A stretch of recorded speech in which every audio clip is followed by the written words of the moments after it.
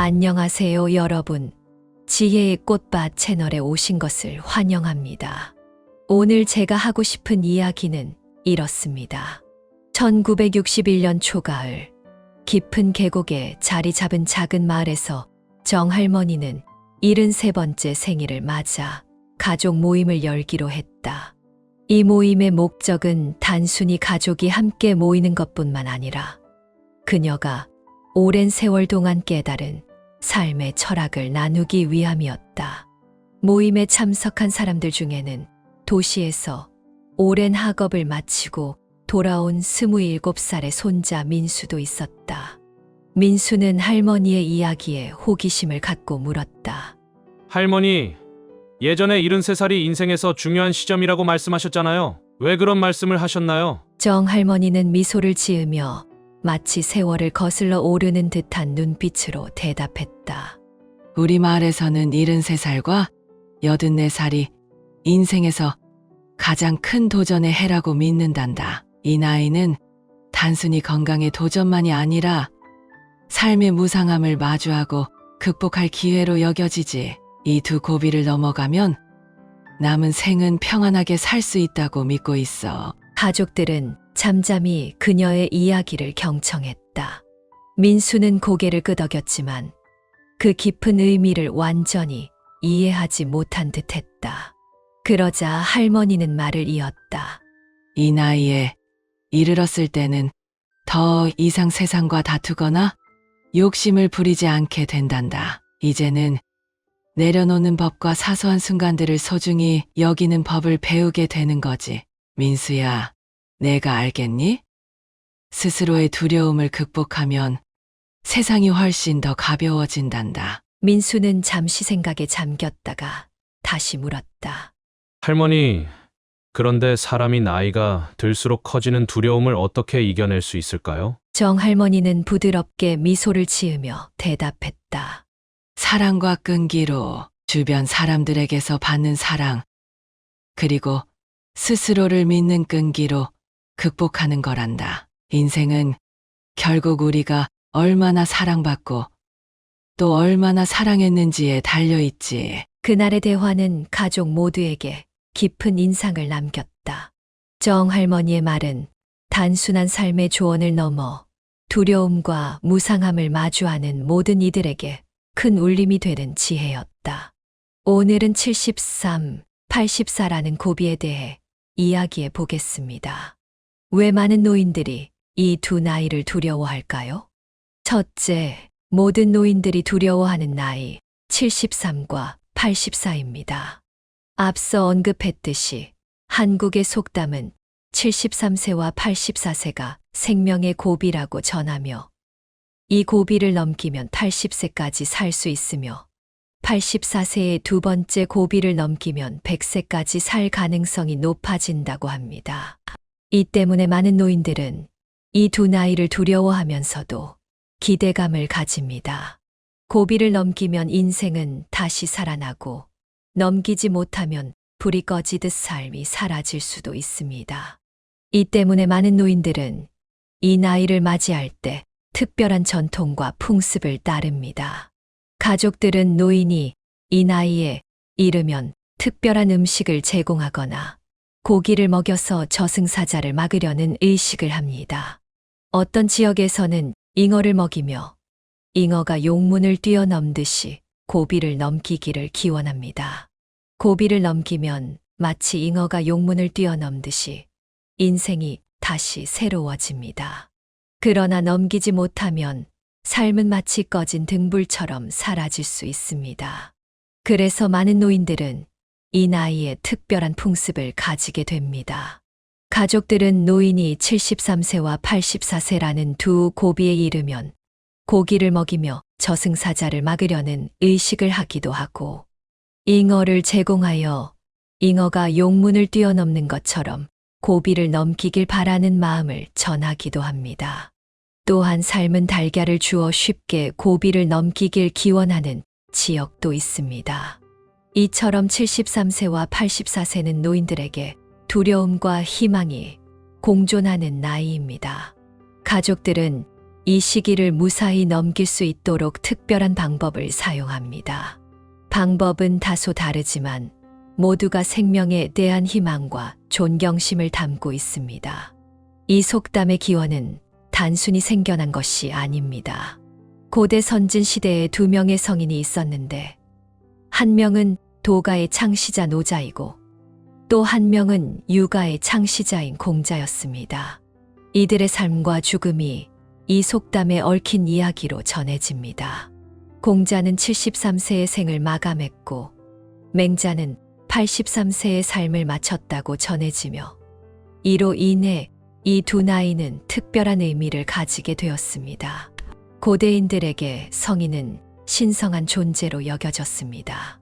따라서 공자가 73세에 맹자가 83세의 생을 마감한 것은 고대인들에게 있어 불길한 징조로 인식되었습니다. 그들은 성인의 수명을 넘어서는 것은 어렵다고 생각했고 명이 다할 때가 되면 저승사자가 오지 않더라도 스스로 떠나야 한다고 믿었습니다. 또한 숫자에 대한 미신과 관련하여 구는 고대 중국인들에게 있어서 특별한 의미를 지니는 숫자로 양의 극치를 상징한다고 여겨졌습니다. 이와 관련하여 술도 수명과 관련된 상징적 의미로 사용되었습니다. 고대인들의 삶은 술과 깊은 관련이 있었으며 구중천이나 9981과 같은 표현이 자주 사용되었습니다. 음양학설에 따르면 구는 불길함과 수명의 고비를 나타내기도 합니다. 이러한 사고방식이 73세와 84세를 위험한 나이로 인식하게 만들었습니다. 과학적으로 이 속담을 어떻게 바라보아야 할까요? 앞서 언급했듯이 노인들은 73세나 84세가 되면 이전보다 건강이 약해졌음을 느낄 수 있습니다. 이는 단순한 기분이 아니라 신체가 태어나면서부터 성장하고 정점에 도달한 후 점차 쇠퇴하는 과정과 관련이 있습니다.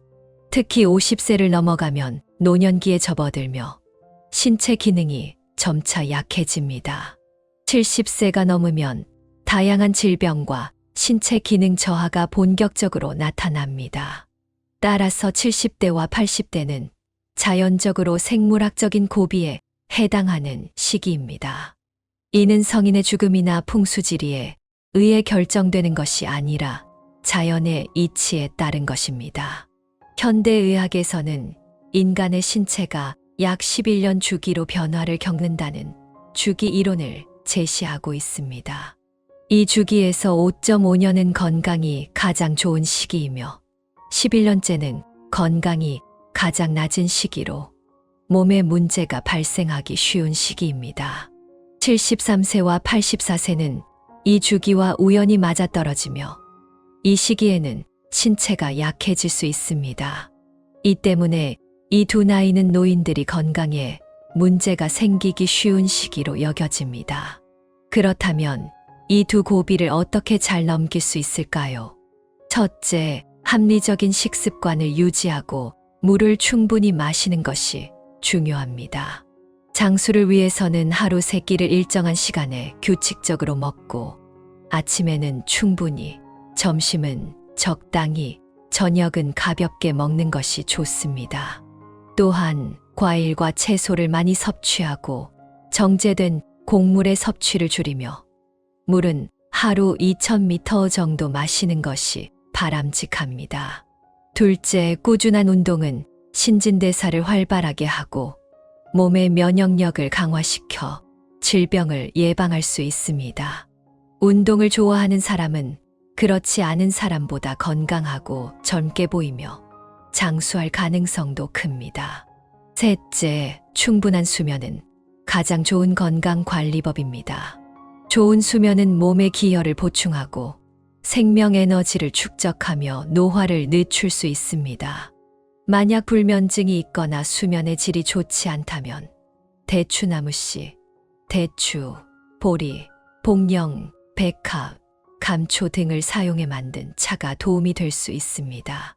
넷째, 긍정적이고 건강한 마음가짐은 몸에 긍정적인 물질을 분비시켜 몸의 환경을 개선하고 활력을 불어넣습니다. 이는 사람을 더 젊게 보이게 하고 수명을 연장하는 데 기여할 수 있습니다. 결론적으로 73세와 84세 저승사자가 부르지 않아도 스스로 간다는 고대인들이 생명과 신체에 대한 큰 그림을 요약한 표현입니다. 비록 미신적인 요소가 포함되어 있지만 건강에 대한 경고로 받아들일 만한 점도 있습니다. 생명의 길이는 유전적 요소와 생활 습관에 의해 결정되므로 긍정적인 마음가짐과 규칙적인 생활 습관을 유지한다면 건강한 삶을 보낼 가능성은 높아질 것입니다. 79세의 김 선생님은 은퇴한 교사로 전동차가 유행하면서 이 교통수단에 빠져들었습니다. 매일 마음에 드는 작은 전동차를 타고 여기저기를 다니며 3일만 타지 않으면 몸이 근질거립니다. 전동차를 타는 것 자체는 문제가 되지 않지만 김 선생님은 조금 특별한 사정이 있습니다. 그는 관상동맥 질환과 심각한 백내장을 앓고 있으며 왼쪽 눈은 거의 보이지 않습니다. 가족들은 그에게 전동차를 타는 것이 위험하다고 여러 번 말렸지만 김 선생님은 자신의 기술이 뛰어나다고 생각하며 타기를 멈추지 않았습니다. 최근 김 선생님은 손자의 신혼집 문제로 신경을 많이 쓰고 있으며 자주 전동차를 타고 공사 현장을 감시하러 다닙니다. 어느 날 자재가 도착했는데 설치 기사가 서둘러 달라고 재촉했습니다. 마침 그날은 비가 오는 날이었고 김 선생님은 시야가 제한된 상태에서 길을 잘 보지 못하고 왼쪽의 배수구를 보지 못해 전동차와 함께 길가의 배수로로 떨어졌습니다. 그는 오른쪽 얼굴과 가슴 부위로 땅에 부딪혔고 응급실로 옮겨져 검사 결과 오른쪽 1번부터 10번까지, 왼쪽 1번부터 4번까지의 갈비뼈가 모두 부러졌습니다. 또한 오른쪽 목 부위의 기도로 인해 기침을 할 수 없어 중환자실로 이송되어 기도 절개가 필요했습니다. 이 상황을 두고 병원의 흉부외과 전문의 이 박사는 이렇게 경고합니다. 노년에 접어들면 할 수 있는 일과 하지 말아야 할 일을 구분해야 하며 나이를 무시하고 무리하지 말아야 합니다. 이 연령대는 장수에 있어서 중요한 시기이며 중년을 넘어 노년기로 접어들 때 건강에 특별히 신경을 써야 하는 전환기입니다. 2022년 미국 의학회지의 한 연구에 따르면 55세에서 65세는 중년에서 노년으로의 전환기로 늦은 성인기 또는 후기 성인기로 여겨집니다. 이 시기에 사람들은 점차 나이가 들어가며 신체 기능이 점차 저하되고 건강 문제가 나타나기 시작합니다. 따라서 이 시기에는 건강관리에 더욱 주의를 기울여야 하며 특히 허리둘레 초과와 혈압 상승이라는 두 가지 특징에 주목해야 합니다. 이 두 가지 특징이 나타나면 수명이 줄어들 수 있다는 신호일 수 있습니다. 그러나 자신의 건강 상태를 미리 알고 관리하면 심리적으로도 준비가 되어 미래를 더 잘 대비할 수 있습니다. 첫째, 허리둘레 초과는 건강 범위를 초과한 상태를 의미하며 흔히 볼 수 있는 건강 문제입니다. 허리둘레 초과는 심리적 건강에도 영향을 미칠 수 있으며 자존감 저하, 불안, 스트레스, 우울증 등을 초래할 수 있습니다. 게다가 허리둘레 초과는 수명과도 밀접한 관계가 있습니다. 많은 연구에 따르면 허리둘레 초과는 당뇨병, 심혈관 질환 및 특정 암의 위험을 증가시켜 수명을 단축할 수 있습니다.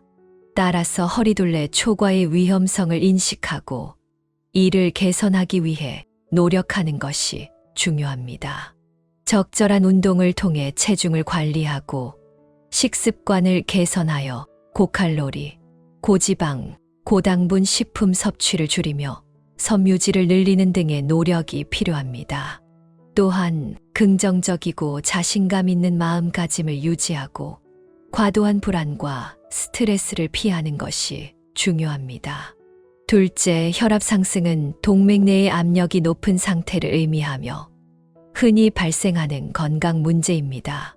허리둘레 초과와 마찬가지로 혈압 상승도 심리적 건강에 영향을 미칠 수 있습니다. 불안, 피로, 두통, 불면증 등의 증상이 나타날 수 있으며 심혈관 질환 및 중풍과 같은 심각한 건강 문제와도 관련이 있습니다. 따라서 혈압 관리에 주의를 기울여야 하며 건강한 생활 습관을 통해 이를 예방하는 것이 중요합니다. 혈압을 예방하고 개선하기 위해 우리는 생활 방식과 식습관을 개선해야 합니다. 우선 소금 섭취를 줄이고 과일, 채소, 전곡류, 식품을 늘려야 합니다. 또한 음주와 흡연과 같은 나쁜 습관을 피해야 합니다. 운동을 통해 스트레스를 줄이고 평온한 마음을 유지하는 것도 혈압을 조절하는 데 도움이 됩니다. 고혈압 환자는 혈압계를 착용하여 정기적으로 혈압을 측정하는 것도 고려할 수 있습니다. 심리적인 측면에서는 스트레스를 완화하고 평온한 마음을 유지하기 위해 이완 기법을 배우고 규칙적인 생활을 유지하며 긍정적인 사회적 관계를 형성하는 것이 중요합니다. 자신의 수명이 짧을 수 있다는 사실을 알게 되었을 때 사람들은 두려움, 슬픔, 무력감 등의 다양한 심리적 반응을 경험할 수 있습니다. 이러한 상황에서 자신의 심리 상태를 긍정적으로 다루고 태도를 조정하는 것이 매우 중요합니다. 첫째, 자신의 심리적 반응을 탐구하고 감정을 이해하며 수용하는 것이 중요합니다. 감정을 억제하거나 피하지 말고 친한 친구나 가족과의 대화, 심리 지원 모임에 참여하는 등의 방법을 통해 적절히 감정을 표현하는 것이 좋습니다. 둘째, 현실을 긍정적으로 받아들이고 삶을 소중히 여기는 태도를 가지며 가능한 한 일상의 아름다움을 누리는 것이 중요합니다. 건강한 생활 방식을 유지하고 균형 잡힌 식사와 적절한 운동, 충분한 수면을 통해 삶의 질을 높일 수 있습니다. 가족과 친구들과 솔직하게 소통하고 생각과 감정을 나누어 지원과 이해를 받을 수 있습니다.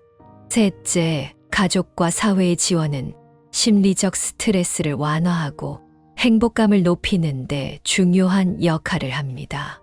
사회 조직, 자원봉사자, 전문 심리 상담사 등의 지원을 받을 수 있습니다. 결론적으로 자신의 수명이 짧을 수 있다는 현실을 받아들이고 긍정적인 태도로 삶을 대하며 가족과 사회의 지원을 적극적으로 찾는 것이 중요합니다. 이러한 방법들은 55세에서 65세 사이의 사람들에게 더 나은 미래를 준비하고 삶의 질을 향상시키며 더 나은 삶을 누릴 수 있도록 돕습니다. 나이가 들면 나타나는 문제들로 인해 진정으로 나이가 들었음을 알 수 있습니다. 사람들은 흔히 외모만으로 노화를 판단하지만 실제로 노화는 피부뿐만 아니라 몸 전체의 변화를 가져옵니다. 첫째, 엉덩이가 커지는 현상이 있습니다. 젊을 때는 근육이 단단하지만 나이가 들면서 지방이 축적되고 근육이 처지며 엉덩이가 커질 수 있습니다. 특히 오랫동안 앉아 있는 경우 운동 부족으로 인해 지방이 축적될 가능성이 큽니다. 둘째, 허리둘레가 커지는 현상입니다. 많은 여성들은 갱년기에 들어서면서 허리둘레가 급격히 늘어나는 것을 경험합니다. 이는 나이가 들면서 신진대사가 느려지고 에스트로겐 수치가 감소하면서 지방대사에 영향을 미치기 때문입니다. 셋째, 잇몸이 변형되며 구강노화가 나타날 수 있습니다. 치아 사이의 틈이 넓어지면서 씹는 능력이 저하되고 잇몸이 위축되며 치아가 빠질 수 있습니다. 넷째, 근육이 이완되면서 힘이 약해지고 골밀도가 감소하며 점차적으로 골다공증이 발생합니다. 이로 인해 노인들은 쉽게 골절 사고를 겪을 수 있습니다. 모공이 커지는 현상은 나이가 들수록 피부 및 지방층이 느슨해지고 탄력이 떨어지면서 발생할 수 있습니다. 진피층의 콜라겐과 탄력 섬유가 감소하면 피부의 지지력이 약해지고 점차 건조하고 처지게 됩니다. 이와 동시에 모낭이 외부 압력을 잃어 점점 확장되면서 모공이 커질 수 있습니다. 건강을 유지하기 위한 30가지 습관을 통해 신체 기능이 점진적으로 약해지는 것을 막을 수 있습니다. 신체가 변화하는 시기에 면역력을 강화하기 위해 무엇을 할 수 있을까요? 미국 의학회는 건강한 계획과 행동을 시작하기 위한 몇 가지 권장 사항을 제시하였습니다. 첫째, 운동 습관을 기르고 더 많이 움직이기 위해 노력해야 합니다. 성인은 매주 150분에서 300분의 중등도, 강도의 운동 또는 75분에서 150분의 고강도 운동을 유지하면 근력 증가, 유연성 및 균형 개선, 신체 구성 향상 및 면역력 강화에 도움이 됩니다. 독감 백신 및 코로나 백신 접종은 관련 질병을 예방할 뿐만 아니라 바이러스 감염으로 인한 암 발생 위험도 줄일 수 있습니다. 백신 접종을 통해 신체의 보호막을 제공하고 질병 발생 위험을 효과적으로 낮출 수 있습니다. 셋째, 정기적인 건강검진과 암검진에 주의를 기울이세요. 정기적인 검진은 질병이 발생하기 전에 조기에 발견할 수 있게 해줍니다. 조기 발견은 질병의 효과적인 치료와 제어에 도움이 됩니다. 넷째, 초가공 식품 섭취를 줄이세요. 장기적인 초가공 식품 섭취는 염증과 산화 스트레스를 유발하고 다양한 질병과 사망 위험을 높일 수 있습니다. 대부분의 초가공 식품은 고칼로리 음식으로 과체중과 비만 위험도 증가시킬 수 있습니다. 다섯째, 설탕이 들어간 음료를 적게 마시세요. 설탕이 함유된 음료는 물과 첨가된 설탕이 주요 성분으로 고칼로리, 고당 섭취는 면역 체계를 자극하여 바이러스 인식을 저하시킬 수 있습니다. 여섯째, 충분한 수면을 보장하세요. 충분한 수면은 건강의 기초이며 수면 부족은 신체의 일주기 리듬을 방해하고 건강과 심리적 안녕, 감정 등에 부정적인 영향을 미쳐 다양한 질병 위험을 증가시킬 수 있습니다. 일곱째, 흡연을 피하세요. 담배와 담배 연기에는 수천 가지의 화학 물질이 있으며 그중 70여 가지는 이미 확인된 발암 물질입니다. 흡연은 흡연자뿐만 아니라 간접 흡연자에게도 해롭습니다. 여덟째, 음주를 줄이세요. 술은 건강에 좋은 영향을 미치지 않으며 백주, 홍주 또는 약술이라도 자주 마시면 생리적 기능에 손상을 줄 수 있습니다. 아홉째, 건강한 체중을 유지하세요.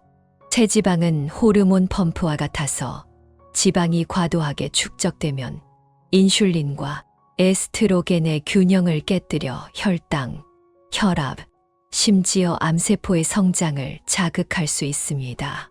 열째, 의사의 지시에 따라 약을 복용하세요.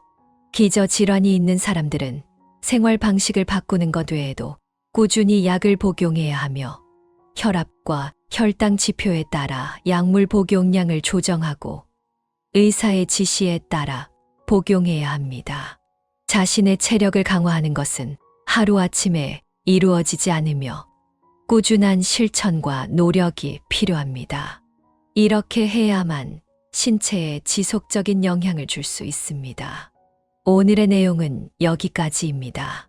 지혜의 정원은 매일 새로운 글을 전해드리며 여러분이 매일 새로운 깨달음을 얻길 바랍니다. 이곳에서는 여러분이 결코 외롭지 않을 것입니다. 다음 시간에 또 뵙겠습니다. 시청해 주셔서 감사합니다.